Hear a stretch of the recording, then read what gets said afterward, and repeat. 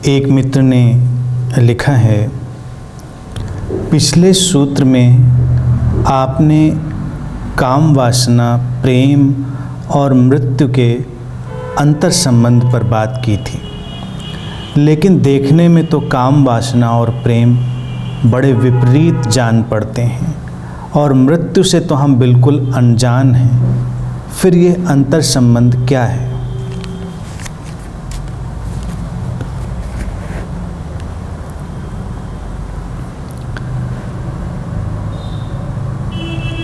वैसे तो देखा जाए जीवन में सब कुछ अंतर संबंधित है, कुछ थोड़ा नज़दीक से, कुछ थोड़ा दूर से। जीवन विभाजित नहीं है, जीवन एक अविभाजित प्रवाह है, एन अनडिवाइडेड फ्लो। अध्यात्म बस इतना सरल सा एक मामला है, इस चीज़ को जान लेना कि जीवन अविभाजित है और अंतर संबंधित है। यहाँ कुछ भी ऐसा नहीं है जो किसी भी बात से कटकर अलग है और वो उसमें योगदान नहीं दे रहा है।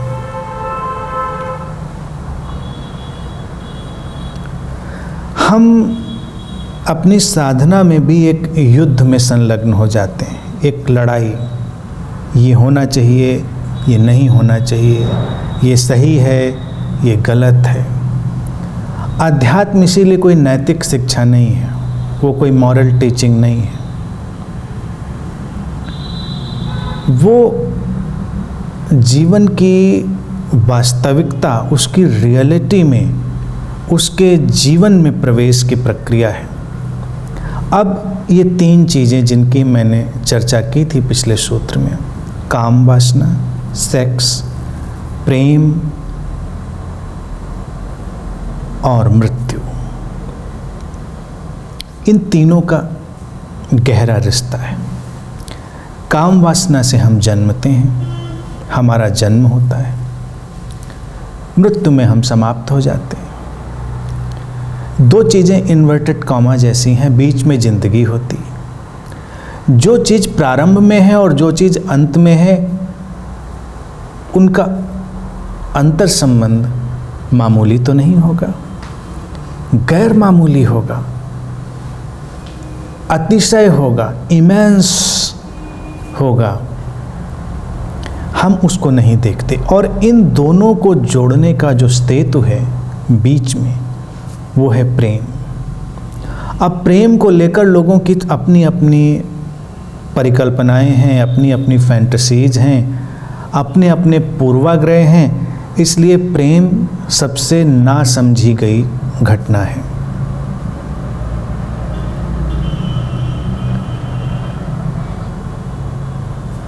काम वासना है तो प्रेम होगा, प्रेम है तो काम वासना होगी, हैं दोनों तो मृत्यु भी होगी। प्रकृति ने जो भी आयोजन किया है उसमें कुछ रहस्य तो होगा ही, क्योंकि बिना काम वासना के तो कोई जन्मता नहीं। तो उसमें न तो कोई निंदा जैसी चीज़ होगी, ना उसमें कोई ऊंची नीची या कमतर जैसी चीज़ होगी। जैसे हम कहें कि काम वासना कमतर है और प्रेम उच्चतर है, आम तौर से ऐसी ही भाषा लोग बोलेंगे। लेकिन मैं कहूँगा कि अपनी जगह सबका अपना पूरा काम है, कंप्लीट। उनमें डिवीज़न न करें। जब जिसकी ज़रूरत है जहाँ पर, वहाँ पर वो पूरा वही काम होता है, जिसको रहीमदास जी कहते हैं, जहाँ सुई का काम है वहाँ सुई ही करती है और जहाँ तलवार का काम है वहाँ तलवार ही करती है। तलवार बड़ी है, कुशल है, चमकदार है, तो तुम ये नहीं कह सकते कि सुई का फिर क्या करना है, तलवार से ही काम कर लेंगे।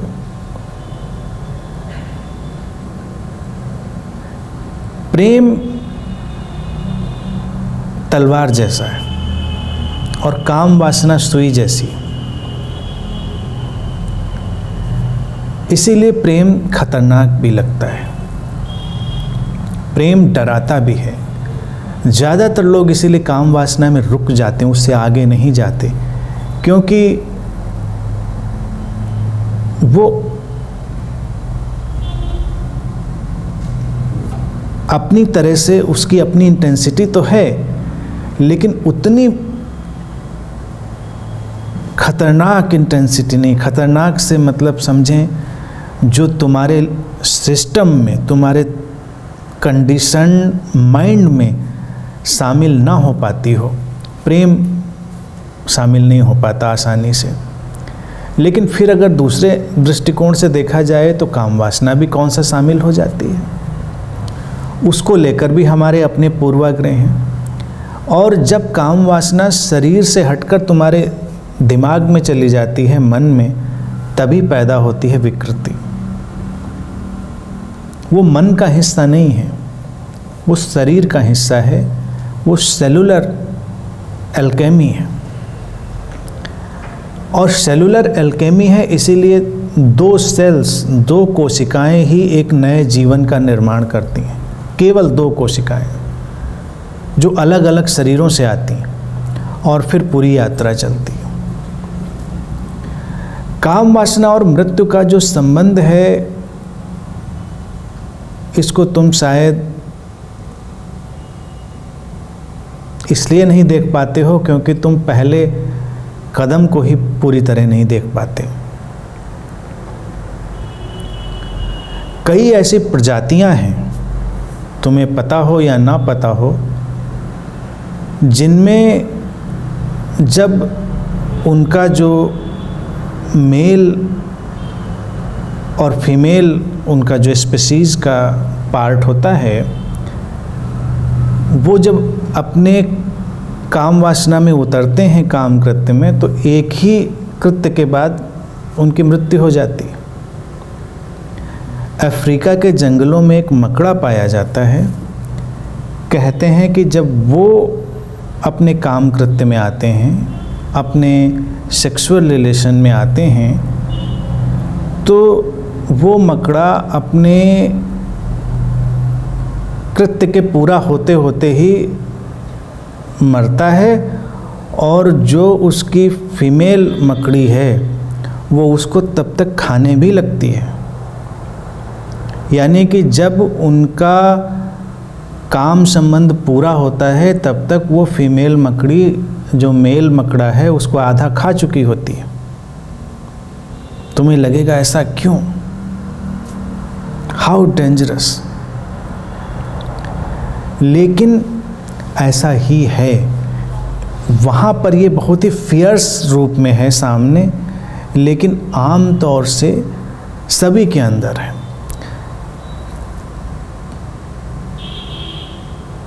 काम वासना से इसीलिए सब लोग घबराए रहे। ऋषि मुनियों को लगा कि अगर उनको अपनी जीवन यात्रा आगे बढ़ानी है तो उनको अपनी सेक्सुअलिटी पर रोक लगानी चाहिए, ताकि उनका जीवन लंबा हो सके। उसके पीछे उनकी सोच थी, क्योंकि हर काम कृत्य में तुम थोड़ा सा मरते हो, थोड़ा खत्म होते हो। लेकिन ये एक कोण से देखी गई बात है। जो तंत्र विज्ञान पर काम कर रहे थे, जो विज्ञान भैरव तंत्र से निकली धाराएं थीं, उन्होंने देखा उसको दूसरे कोण से भी। उन्होंने देखा कि अगर भय समाप्त हो और व्यक्ति जीवन के पूरे स्वीकार में हो, मृत्यु उसको डरा ना रही हो, तो वही घटना उसको नया जीवन देने वाली हो जाती है। सेलुलर ट्रांसफॉर्मेशन हो जाता है, कोशिकाओं में नया रूपांतरण हो जाता है। आमतौर से लोगों में ऐसा नहीं देखा जाता। इसलिए तुम देखोगे कि अक्सर जो योग साधना वाले लोग होंगे, उनके लिए काम वासना बात करने की चीज़ ही नहीं होगी। तंत्र साधक उस पर बात करेंगे, लेकिन सचमुच में कितना समझेंगे ये कोई नहीं जानता, क्योंकि इसको जोड़ेगा प्रेम। प्रेम का अर्थ मैं हमेशा करता हूँ अतिशय संवेदनशीलता, गहरे से गहरी संवेदनशीलता। और जहाँ पर संवेदनशीलता होगी वहाँ पर एक निश्चित किस्म की काम वासना पैदा होगी। इसलिए जो लोग काम वासना से डरते हैं वो अपनी संवेदनशीलता को भी ख़त्म करते हैं, शारीरिक रूप से भी और मानसिक रूप से भी, भावनात्मक रूप से भी वो जड़ हो जाते हैं, कुंद हो जाते हैं। तब तुम्हारे लिए शरीर बस उपयोग की वस्तु मात्र रह जाते हैं। लेकिन अगर तुम संवेदनशील हो तो तुम्हारे लिए शरीर उपयोग की वस्तु नहीं है, वो एक रहस्य है, वो एक मिरेकल है, वो एक चमत्कार है। तुम इतने संवेदनशील हो कि तुम उन तरंगों को महसूस कर सकते हो जिनको आम तौर से व्यक्ति महसूस नहीं करता। काम वासना केवल सेक्सुअल इंटरकोर्स ही नहीं है। उठना, बैठना, देखना, चलना सब काम वासना ही है। तुम जानते हो, अगर तुम्हारा जो सेक्सुअल हार्मोन एड्रेनलिन ख़त्म कर दिया जाए तुम्हारे शरीर से, तो तुम्हारी उठने बैठने की जो इच्छा है, सक्रियता है, वो सब खत्म होने लगेगी धीरे धीरे। तुम्हारे जीवन में जब सक्रियता पैदा होती है तो तुम्हारे वही हार्मोन्स तुम्हें सक्रिय बना रहे होते हैं। तुम्हारे खेल, तुम्हारी क्रिएटिविटी सब तुम्हारे उन्हीं हार्मोन्स को गति दे रहे होते हैं। इसलिए जो व्यक्ति बहुत क्रिएटिव जान पड़ता है वो संवेदनशील भी होगा। संवेदनशील होगा तो उसके अंदर काम वासना की सक्रियता भी वही होगी। कई बार अगर सजगता की कमी है, इसीलिए तुम देखोगे कि सजगता की कमी के कारण और संवेदनशीलता को ठीक विकास ना दे पाने के कारण बहुत सारे सृजनात्मक लोग काम वासना के परवर्टेड फॉर्म में चले जाते हैं। उनके अंदर एक विकृति पैदा होती है।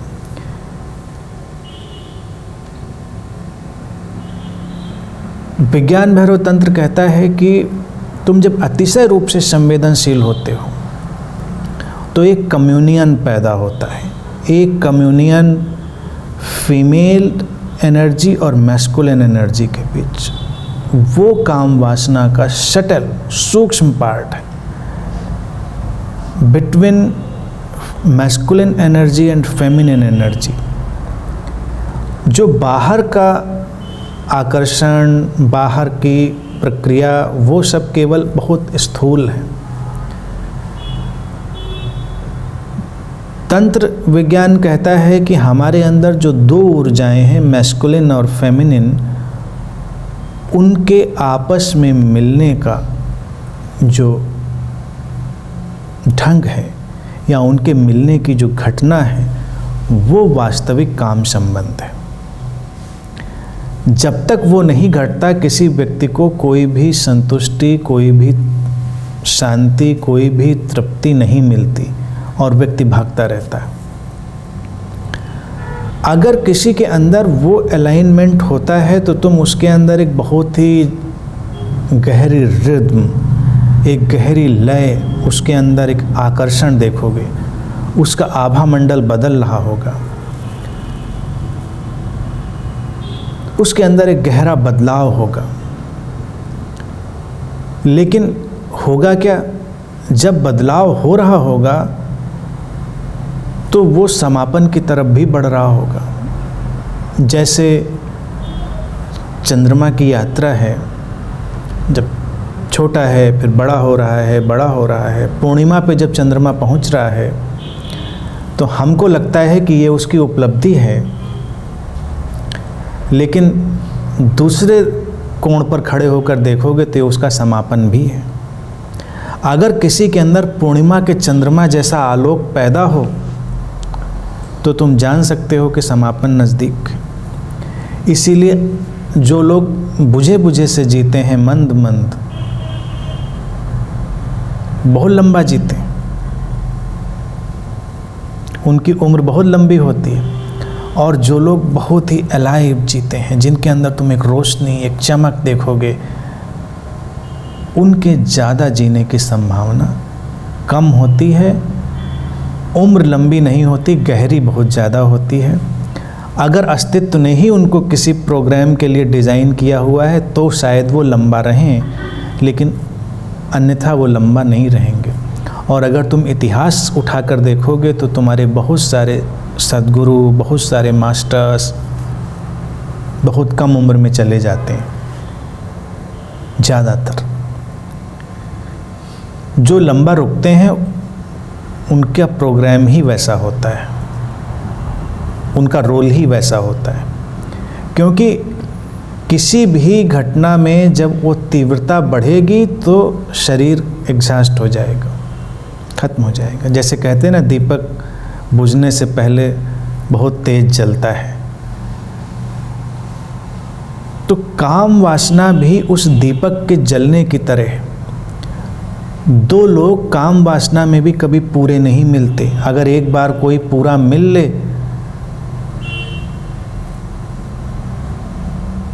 तो बहुत बड़ा रूपांतरण घट जाएगा, उनका सेलुलर ट्रांसफॉर्मेशन हो जाएगा, जैविक रूपांतरण हो जाएगा और उनके अंदर एक नई रोशनी पैदा होगी। इसीलिए कभी कभी तुमको ऐसा लगेगा कुछ लोगों के अंदर जो बहुत सेक्सुअलिटी से भरे हैं, फिर भी तुम्हें उनके अंदर एक बहुत आकर्षण नज़र आएगा कि शायद जाने अनजाने उनके अंदर की जो मैस्कुलिन फेमिनिन एनर्जीज़ हैं वो ब्लेंड हो रही हैं। उनको पता है या नहीं पता है ये नहीं जानते।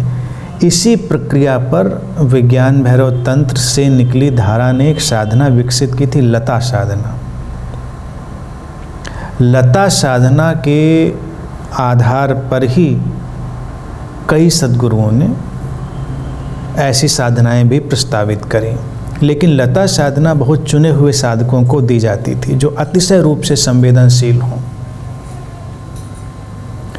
लता साधना उन लोगों के लिए नहीं थी जो अभी काम की विकृति से भरे,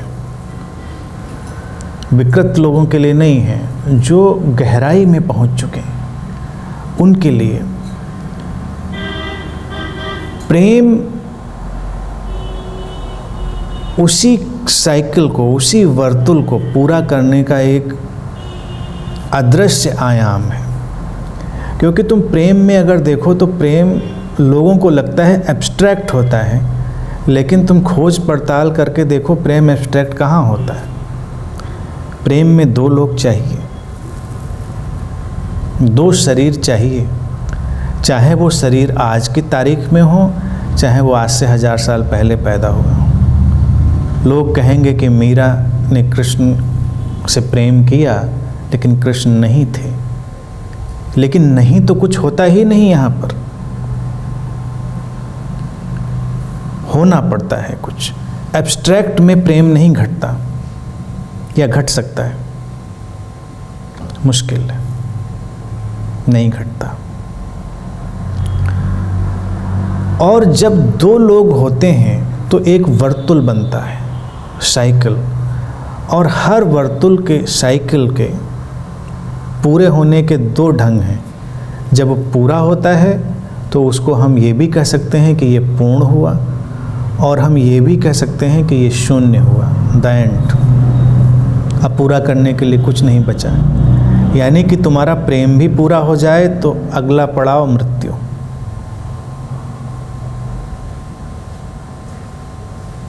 मृत्यु ऐसे लोगों को घबराती है, लेकिन जब कोई सचमुच में उस गहराई से जीता है तो मृत्यु घबराने वाली चीज़ नहीं रह जाती, वो एक फुलफिलमेंट है, वो फुलफिलमेंट है। इसीलिए जब मृत्यु के दायरे में कोई आता है उस जोन में, तो बहुत कुछ बदलाव आते हैं लोगों के अंदर, जिनको हम ऐसे नहीं समझ सकते। अक्सर जो लोग मृत्यु के नज़दीक होंगे तुम देखोगे ज़्यादा प्रेमपूर्ण हो जाएंगे, ज़्यादा सेंसिटिव हो जाएंगे, वो स्वाद के प्रति, स्पर्श के प्रति, गंध के प्रति, हर चीज़ के प्रति ज़्यादा संवेदनशील हो जाएंगे। ये उनके अंदर काम वासना की ऊर्जा का फिर से सक्रिय हो जाना ही है, क्योंकि काम वासना की ऊर्जा अर्थात इंद्रियगत जो भी भाव हैं, समझें, ऐन्द्रिक सेंसुअल, उन सब में एक विकास होना। काम वासना इसीलिए बहुत गैर मामूली चीज़ है, तुम्हारे ऐन्द्रिक विकास की यात्रा है, वो डल नहीं है। जैसे अगर तुम्हारी कोई भी इंद्रिय अविकसित और डल है तो तुम्हारा न तो काम वासना का दायरा पूरा होगा, न प्रेम का, न साधना का, न ध्यान का। संवेदनशीलता, सुनना, महसूस करना, और ऐन्द्रिक तल पर देखा जाए पांचों नहीं, छठों इंद्रियां जो तुम्हारी 6 सेंसरी लिविंग है वो भी। तो संवेदनशील लोगों में सारी चीज़ें विकसित होती हैं। तुम देखोगे उनमें अगर तुम बहुत प्रेमपूर्ण हो तो तुम्हारी 6 सेंसरी एक्टिविटीज़ बहुत तेज हो जाएंगी। तुम अगर मृत्यु के नज़दीक खड़े हो तुम्हारी 6 सेंसरी चीज़ें एक्टिव हो जाएंगी। और काम वासना तो 6 सेंसरी है ही। तुम सोचोगे कैसे? क्योंकि हम आजकल ऐसे जगत में जीते हैं जो काइंड ऑफ पोर्नोग्राफिक हो गया है। वो बात ही नहीं करना चाहता क्योंकि उसको समझ ही नहीं है। 2 सेल्स कैसे चुनाव कर लेती हैं एक दूसरे का, रहस्य है, आज भी विज्ञान के लिए रहस्य है। आकर्षण, एक स्त्री और पुरुष का आकर्षण जब बनता है तो तुमको ये जानकर हैरानी होगी कि वो उनके अंदर की सेक्सुअल सेल्स का आकर्षण होता है जो एक दूसरे को नज़दीक खींचती हैं। उसका तात्पर्य ये नहीं है कि हर आकर्षण सेक्सुअल रिलेशन में बदलने वाला है, बात समझें। लेकिन आकर्षण में वही एलिमेंट्स होते हैं जो नज़दीक आना चाहते हैं। हमारे धार्मिक जगत में हमारे शरीर की इतनी निंदा कर दी गई कि इंसान 6 सेंसरी नहीं रह गया। नहीं तो तुम सोचो, हर पक्षी 6 सेंसरी है, इंट्यूटिव है? नहीं है। हर जानवर 6 सेंसरी है, इंट्यूटिव है? फिर हमको कहते हैं कि हम जानवरों और पक्षियों से ऊपर के प्राणी हैं, तो हमको तो और ज़्यादा इंट्यूटिव होना चाहिए। लेकिन हम तो बिल्कुल भी इंट्यूटिव नहीं हैं। हम एक गधे जितने भी इंट्यूटिव नहीं हैं।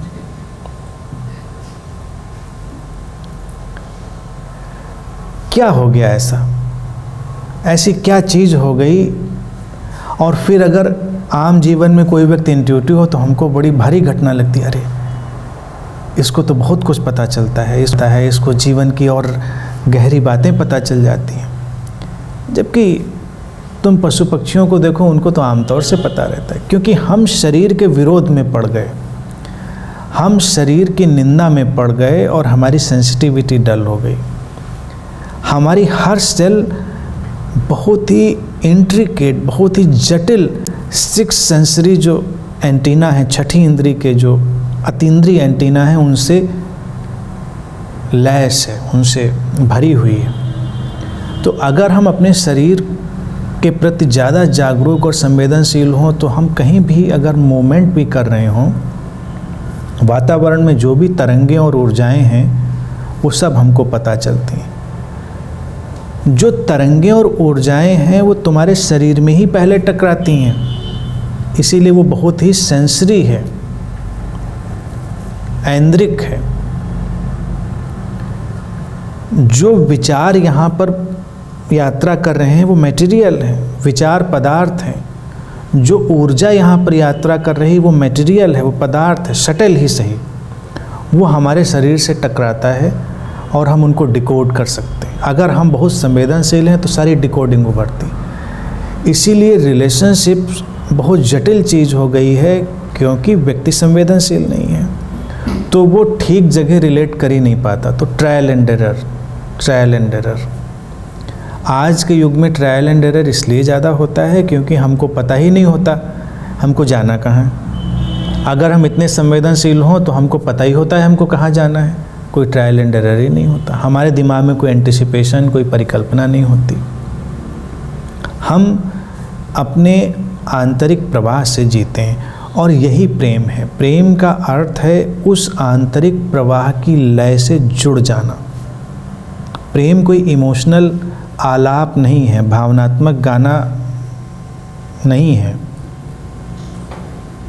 जो भावनात्मक आलाप है, जिसको मैं गाना कहता हूँ, वो अक्सर मैं कहता हूँ बिजली के स्विच की तरह ऑन ऑफ होता है। ताज्जुब होता है, कल था आज नहीं रहा। अजीब सा प्रेम है। कहाँ पे रहता है जो स्विच से ही बंद हो जाता है, खट से। आज था, बंद हो गया कल। प्रेम में डिवोर्स नहीं होता, शादियों में डिवोर्स होता है, क्योंकि प्रेम तो एक लयबद्धता है। हो गई तो हो गई, अब तोड़ोगे कहाँ से उसको? तोड़ने का तो उपाय नहीं। वो एक कॉस्मिक यूनिटी है, वो कॉस्मिक रिद्म है।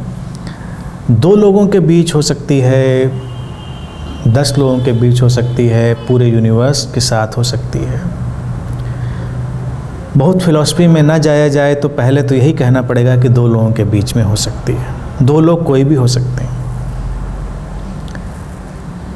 मैं कहूँगा कि 2 पुरुष और स्त्रियों के बीच भी हो सकती है, 2 पुरुष के बीच, स्त्रियों के बीच।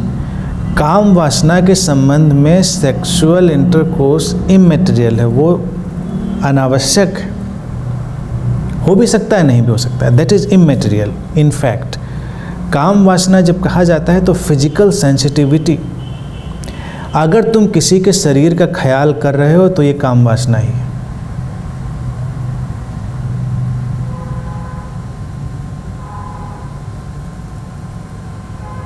शरीर का ख्याल करना, और शरीर का ख्याल करना शरीर के प्रति गहरी संवेदनशीलता और प्रेम से भरना। अगर तुम अपने पेट का भी ख्याल कर रहे हो, वो जीवित रहे, वो अलाइव रहे, उसको नुकसान ना हो, उसको कोई खतरा ना हो, तो ये वही ऊर्जा है, काम वासना है।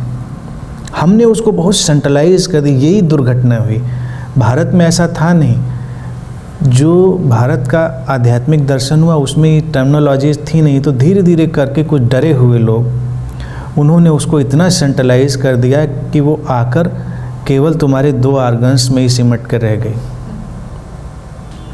काम वासना तुम्हारे 2 ऑर्गन्स में सेंट्रलाइज नहीं है, वो तुम्हारी बीइंग है। It's your total being, you are that. वही 2 सेल्स बढ़कर इतना सब कुछ बन गई हैं।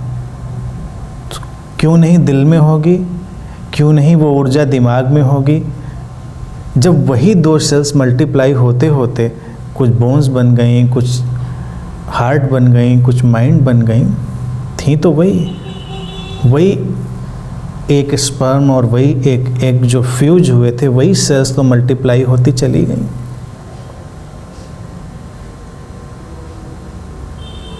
मिस्टीरियस है, रहस्यमय है। ये ऑर्गेनिक यूनिटी और कॉस्मिक यूनिटी, इसको देखना काम वासना को देखना है, जानना गहरा है। और प्रेम इस संवेदनशीलता का बोध होना। एक है कि तुम अनकॉन्शियस होकर उस फ्लो में चल रहे हो, जैसे कोई भी एनिमल या पशु पक्षी है वो उसी फ्लो में चल रहा है, लेकिन अनकॉन्शियसली। कुछ पशुओं को उसका थोड़ा सा बोध होता है, इसलिए तुम उनमें थोड़ा सा प्रेम भी देखोगे, थोड़ा लगाव देखोगे उनमें। लेकिन मनुष्य चूँकि बहुत संवेदनशील है तो उसको उस कनेक्टिविटी का, उस अंतर संबंध का बोध भी होता है। उस अंतर संबंध और उस संवेदनशीलता का बोध होना प्रेम है। या कि प्रेम कुछ और है? कभी सोचा प्रेम क्या है? बहुत कुछ सोच डालते हो तुम, परमात्मा क्या है, बुद्धत्व क्या है। प्रेम के बारे में तुम बिल्कुल नहीं सोचते। तुम मान के चलते हो वो तो है ही है, वो तो जानते ही, हम तो करते ही हैं, कल को नहीं भी करेंगे।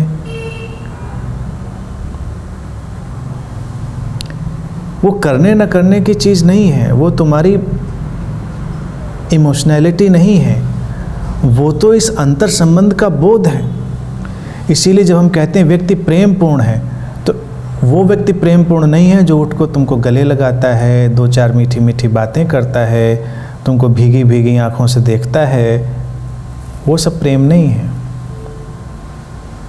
वो तो कभी कभी न्यूरोटिक कंडीशंस भी हो सकती हैं।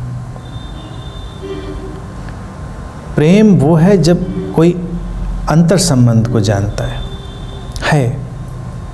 एक जगत में, एक सारे ब्रह्मांड में, कॉस्मॉस में वही चीज़ है। तब मृत्यु उसका हिस्सा बन जाती है, तब मृत्यु डराने वाली चीज़ नहीं होती, क्योंकि तब ये पता चल जाता है कि हर चीज़ साइकिल्स में मूव हो रही है। जो चीज़ें साइकिल्स में मूव हो रही हैं उनका शुरुआत भी होगी, उनका अंत भी होगा। शरीरों की शुरुआत होती है तो शरीरों का अंत भी होगा। अगर शरीरों की शुरुआत ना हो तो उनका अंत भी नहीं होगा। लेकिन शरीर क्या सचमुच में समाप्त होते हैं, ये एक अलग गुत्थी है। तुमने यही पढ़ा सुना होगा कि आत्मा अमर है, शरीर तो मिट जाते हैं। गहरे अर्थों में जिन लोगों ने देखा, उन्होंने देखा शरीर भी कभी नहीं मिटते, वो डिसइंटीग्रेट होते हैं, वो केवल अपने तत्वों में टूट जाते हैं। जिन तत्वों ने, जिन कॉस्मिक एलिमेंट्स ने शरीर को जोड़ा था, वो फिर से उस अस्तित्व में जाकर मिल जाते हैं और फिर किसी रहस्यमय प्रक्रिया से वो फिर इंटीग्रेट होते हैं और फिर एक शरीर बनता है।